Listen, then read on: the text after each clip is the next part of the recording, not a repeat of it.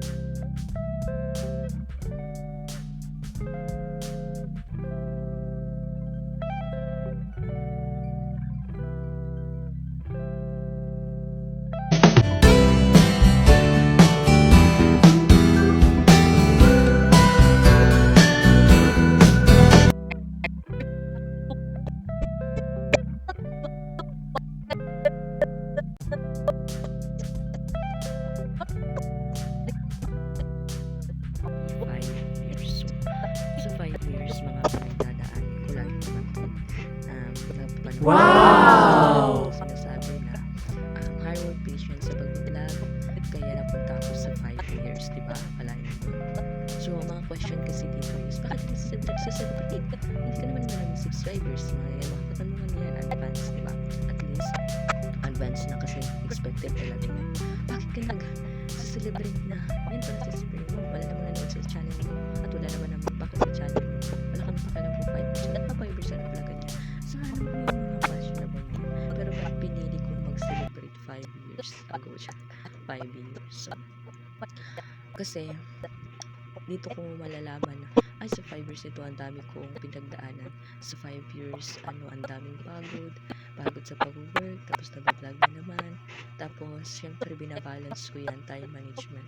So, syempre, di ba, na-vlog ko naman yung life-work balance. So, bakit hindi ko sinali doon yung pag-vlog? Kasi nandun na siya sa life ko. Lagi ko namang sinasabi sa mga pag-vlog ko, di ba? Kasi sali na yun sa life ko. Bakit hindi ko siya sinali sa work? Kasi may mga bagay talaga na kanang para sa mga famous, di ba? Ang ginagawa na nilang work yung pag-YouTube, kaya nakakapag sila ng money, di ba? So, akin kasi parang life ko lang siya, hindi ko siya trabaho. Kasi iba yung work ko sa life ko. Ganun.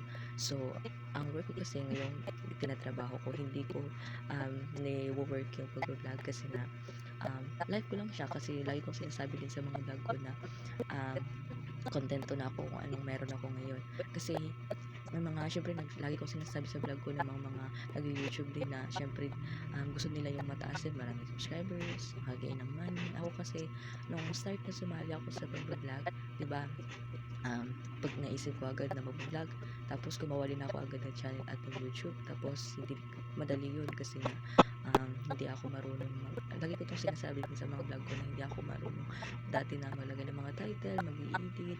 So dito, ito yung mga intro. So isali pati ito yung mga intro ko dati. Tapos nagsisunto pa ako.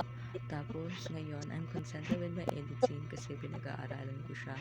Kasi syempre, pagpasok ko sa YouTube vlog, ito ko din itong sinasabi sa vlog ko na hindi ko work ito, hindi ako nagiging ng more on money. Ang akin lang kasi, syempre, para lang sa akin. Kasi kagustuhan ko lang naman to kasi ang vlog nakatutulong sa akin sa confidence sa sarili. Diba, lagi ko naman sinasabi sa vlog ko, confidence kasi nga, dati na wala akong confidence, tapos ngayon nasanay na ako pagtingin sa harap ng camera, sa personal, ganito na. So, dati wala talaga siya yung kakatulong yung pag-vlog ko, and then maraming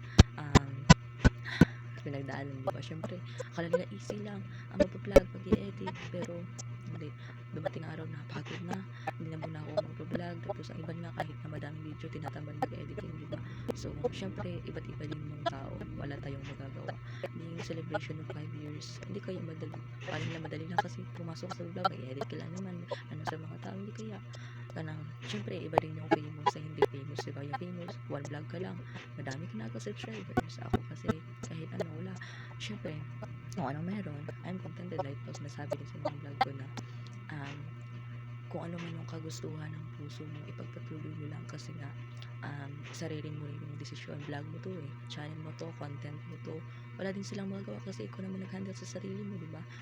Syempre, free lang silang magko-comment, free lang silang magbabash sa'yo dahil sa buong buhay natin, hindi tayo nabubuhay. Sa buong buhay natin, hindi tayo nabubuhay kung wala tayong bashers. Naniniwala pa lang ako, pinanganak pa lang ako sa mundo ito, may bashers na ako. Syempre, pinanganak ka, wala akong bashers. Syempre, meron talaga yan. Lagi mo sasabi, ay, wala akong bashers, pero meron talaga yan. Huwag mo sabihin na wala kang bashers dahil meron talaga mga tao na ayaw sa'yo. Kaya, huwag mo pilitin, diba? Yan lang. Thank you so much for supporting me to my vlog. And syempre, pahabol din. Ito yung mga celebration ko pag Pastil, pag mag 7-Eleven, yung mga celebration ko sa ganap ko sa 5 years. So, marami sana akong gawin mag-challenge. Ayoko na kasi gusto kong magtipid.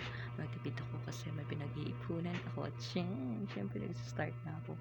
And then, so today's video, happy 5 years. Syempre, sa mga hard work, patient na pinagdadaanan ko. At I am contented kung ano yung mga pinagdadaanan ko at kung ano yung mga content sa vlog ko. Thank you so much for watching this video, guys.